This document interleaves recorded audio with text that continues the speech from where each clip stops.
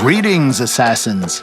My name is Simon, I'm Associate Game Director on Assassin's Creed Shadows, and today we're gonna go through a comparative gameplay walkthrough showcasing both stealth and combat for our two protagonists. You ready? Set? Parkour down!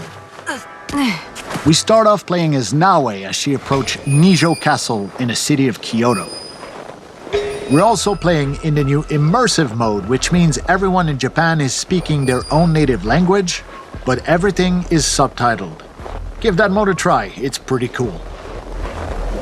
Like any castles in the game, this place is full of gear and resources ripe for the taking, and we are free to go about it any way we choose. And so we choose to eliminate this poor Ashigaru soldier. Don't worry, he's with the bad guys.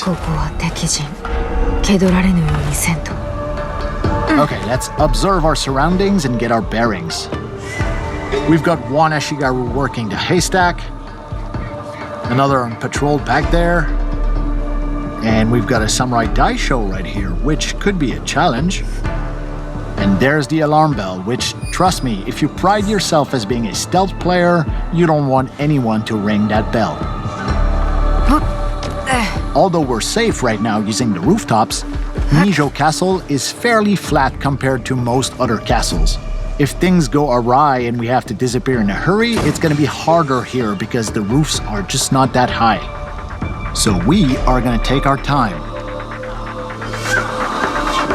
Yeah, the Samurai Daisho is by far the most dangerous enemy in this area. And since we have a Tanto equipped, this is a perfect setup for a double air assassination. Well, almost. Like I said, this Daisho is pretty strong, but no matter. A quick change of headgear with a particular perk that gives us one additional chunk of assassination damage on all air assassinations should do the trick. Oh yeah. Okay, that's a good start. Let's crouch in the shadows for now and see what happens. Vanishing in the shadows only works whether you're crouched or prone, so keep that in mind. Okay, as long as this guy stays far away, he's not much of a threat, so kunai to the face it is. And while this other guy is busy reloading his Teppo rifle, we go up, and he goes down. Beautiful. Okay, moving on to the next section. Using Observe Mechanic once again, we can see that there is quite a lot more enemies here. A few Ashigaru, a sniper, a couple servants, but I think we have a pretty obvious next move right here. Next customer, please. There's a lot of open space right in front of us, and it will be hard to close that distance without being seen. Perfect opportunity to call upon our ally Genojo and some of his exploding tricks. Okay, time to go to work. Tanto and Hidden Blade combo, baby. Oh, looks like we spooked the servant here. Now, these guys won't really fight back, but if they spot you, they will try and find some reinforcement and bring them back to the area they saw you in. But since we have no intention of staying here, this guy is not an immediate threat. So let's just use Eagle Vision and scout the house ahead. Orange are servant and red means military archetypes. Let's make the most out of the shadows here and go around the problem rather than through it. We're probably bypassing a whole lot of loot opportunities right now, but it's the Samurai Daisho we're after, and so it's the Samurai Daisho we're gonna get. Wait, is this guy gonna... No. Okay, we're good. Now, about that Samurai Daisho. Let's use a high-risk tactic here. We're gonna whistle him over to attract him to this shoji door, and using the katana, this is guaranteed to get attention from the outside, so let's disappear out of view and see if anyone shows up. Never stood a chance. Come on, it's cool to be a shinobi. Alright, quick use of the grappling hook to get back to the rooftops. Oh, somebody saw us. Down, boy. And with two sections of Nijo Castle cleared for now, let's make our way towards the Tenshu, which, if you don't know, Tenshus are the biggest, tallest, most impressive structure in any Japanese castle. Word of caution though, the area at the base of any Tenshu is generally very well guarded. This is where the good stuff is. But Simon, I hear some of you say, we know already about Naoe's cool shinobi assassin moves. What we want to know is what, if anything, does Yasuke bring to the stealth experience? Fair enough, let's take a look at Yasuke. Same city, same castle, different season, different character, different save file. For all intents and purposes, we're restarting the whole thing using Yasuke with a purpose-built stealth and archery setup. Worth pointing out that we're not using his typical samurai armor here. Clearly not as nimble as Naoe, Yasuke still has a pretty respectable amount of traversal skills as long as we read the world differently than we do when we play Naoe. And aiming at his Ashigaru soldier with predictive damage, we can see that he's gonna survive this shot although his armor's gonna break. Switching to silent arrows bypasses armor and guarantees the kill. You never saw it coming. Yasuke can generate a lot of sound while moving through the environment, so choosing where and more importantly, when to drop is gonna be crucial as we make our way through Nijo's courtyard. Taking a calculated risk here. Okay, we're good.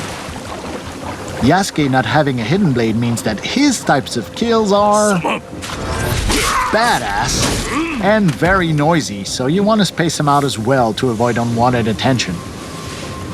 And here is the first Samurai Daisho in this Yasuke stealth run. And I think he just noticed his buddy is missing a head.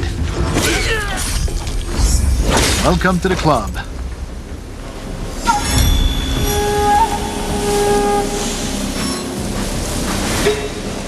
Oh. Silent arrows all day, baby. Oh, and here's a little pro tip. Yasuke's arsenal of weapons mostly relies on the same type of stuff that most samurai would have stockpiled in military setups. So little guard towers like this are always full of arrows and bullets for Yasuke to plunder, making his particular stealth playstyle much more generous than Naoe's more limited and cautious shinobi tool approach. Now Yasuke does have the ability to climb, although his vertical leaps are more limited than Naoe.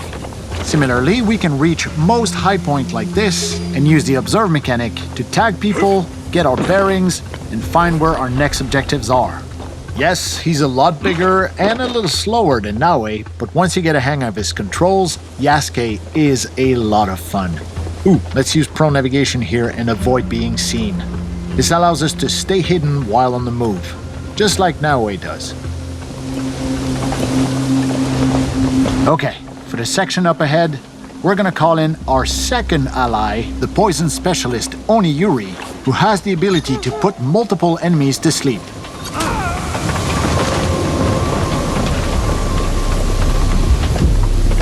Yeah, no poison for you. Courtyard clear.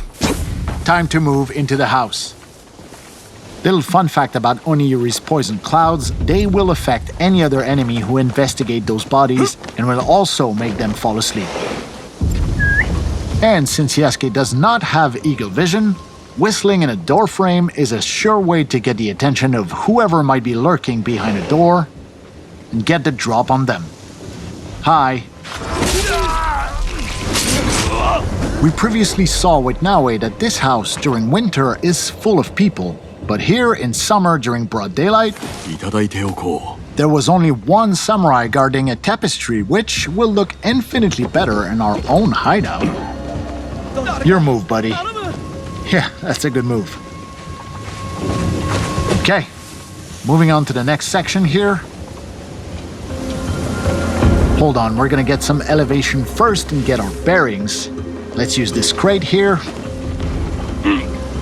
And let's get a feel for the neighborhood. Let's take down the alarm bell just to be safe. Because I can't shake the feeling that stealth with Yasuke might be coming to a close here. Okay, we have their attention now. Now, we're not wearing the most efficient armor for an open fight, so we're gonna switch the Yumi bow for the Kana bow. That gives us a much better insurance policy in an open fight like this.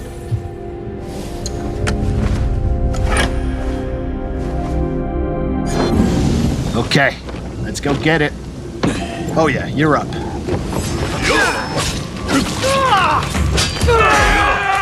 That's one down. Here. That's two. Whoa. Yeah, you should have made that shot. That is three down. And I think it's Kanabo time, baby. This thing hits hard, but it is slow, so we have to be precise here. Give me some space, will ya? Next few hits are gonna be critical here. Oh. Backbreaker ability. Nicely done here. Now, each area in this castle is its own little gameplay pocket. So as long as no one rings the alarm bell, it means that other nearby pockets will not interfere, even when we opt for open combat like this. Time to switch back over to Naoe and see what a more aggressive open combat playstyle looks like with her. First thing first, we gotta switch up our loadout and use perks that are more conducive to that playstyle, such as this headband that allows us to vault over an enemy when we sprint at them in open combat. Let's switch up our outfit as well while we're at it. Yeah, we don't have a good perk reason to equip this right now, but I kinda like this one, so life's about taking risks, man. And we're also going to swap the Tanto Hidden Blade combo in favor of the more versatile Kusarigama. Oh yeah, this one has 60% increased damage over distance. Okay, let's put that to good use. And I think I see our first victim here. Whoa, whoa, whoa, whoa, whoa. Okay, that must be a servant. Gotcha.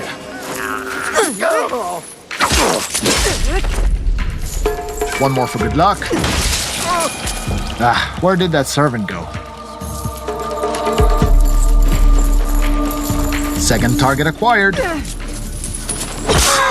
Trust me on this one, you will want to unlock the Kusarigama Rush Assassination skill. You can quote me on that. Quiet approach here, and down he goes. Observe mechanic. This identifies a secondary target we've been tracking for a while now. Wait, yeah, it was a servant, because we can see them coming back with a bunch of reinforcements. So we're gonna dispatch Yaya to take care of that distraction. She should have no problem dealing with these two grunts. I mean, I think. Yeah, she's got this. Okay, here we go. Pull the trigger too fast on this one. Deflect plus manual vault over, but with this headband perk we got on, we just have to sprint at the enemy and it auto vaults over. Nice little perk. Whoops, sorry about the barrels. Ow! Hup. Yo, I'm over here. And catch. Okay then, have some of this.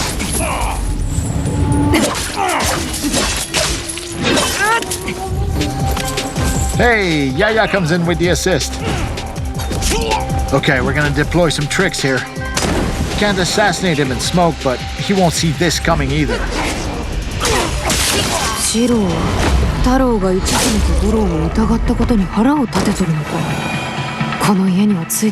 Yeah, you tell me. Don't worry, it'll all make sense once you get your hands on the game. For now, let's take a look at the very top of this Tenchu where this white dot represents the unique Samurai Daisho chest from this castle. Using the grappling hook, it's pretty easy to hook up on those large overhangs and make climbing the exterior of a Tenchu pretty much a breeze for Naoe. That being said, we're bypassing quite a few loot opportunities right now. There is more than 30 unique castles in the game, and each of them comes with their own Daisho chest, which only unlocks once you deal with all the Samurai Daishos stationed within that castle. We're not talking about random loot drops either. Every single Daisho chest contains bespoke, handcrafted, legendary gear, either for Naue or Yasuke, all of it some of the best loot you'll find anywhere in Assassin's Creed Shadows. Let's have a look at the beautiful skyline of Kyoto on a brisk winter morning.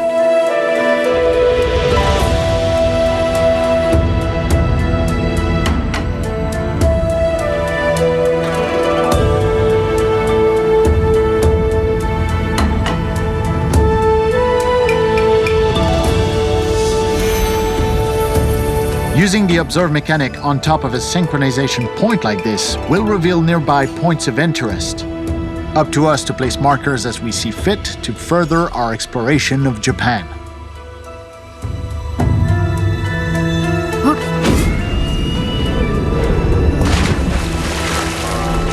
Okay, so we've seen both Naue and Yasuke's stealthier sides, and we've seen what aggression looks like for Naue. Now, let's switch over to our samurai and see what we can muster from a full frontal aggressive assault with Yasuke. Once again, it's time to shake up our loadout with much more aggressive weapons.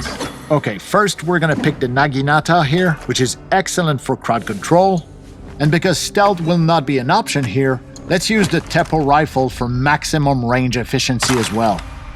We expect stiff opposition here, so using a full-on armor set with a perk that allows Yasuke to parry unstoppable attacks makes a whole lot of sense. And to literally cap it off, a matching samurai helmet with a perk that deals 50% damage on parries. Look, I don't want to jinx it, but I think we got this. Okay, are we ready? Knock knock.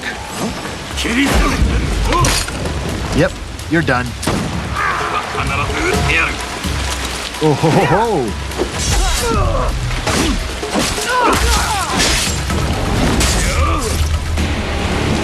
Alright, who's next? Okay, I think we're just gonna beeline straight to our target here. Oh, sniper on the right.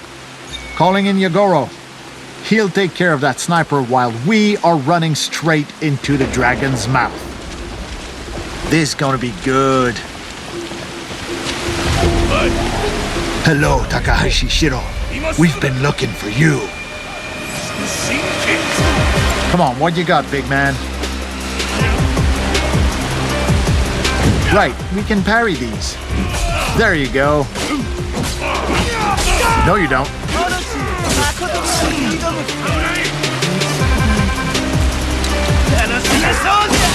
He's down.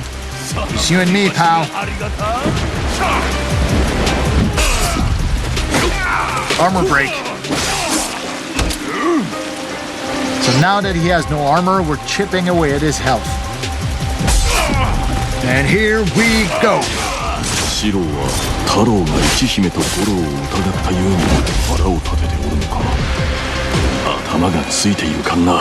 Yeah, I know. People will just have to untangle that mess for themselves. Okay, not bad. Here's to a job well done. 2 Daishos dead and 1 secondary target off the board.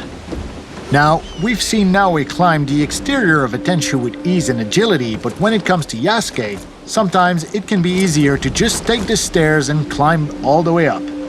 You'll find plenty of loot, the occasional straggler, and most awesome of all, you'll be able to enjoy our fantastic sound design. Just listen to that rain.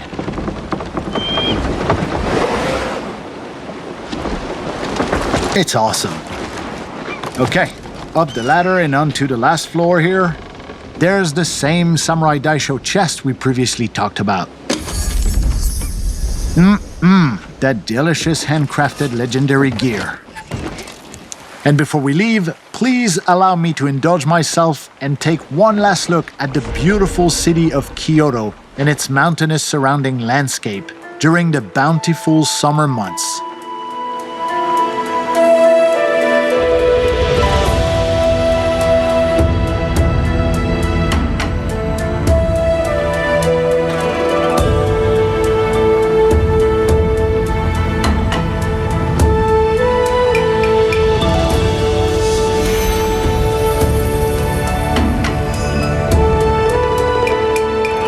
This concludes our comparative gameplay walkthrough for stealth and combat between Yasuke and Naoe.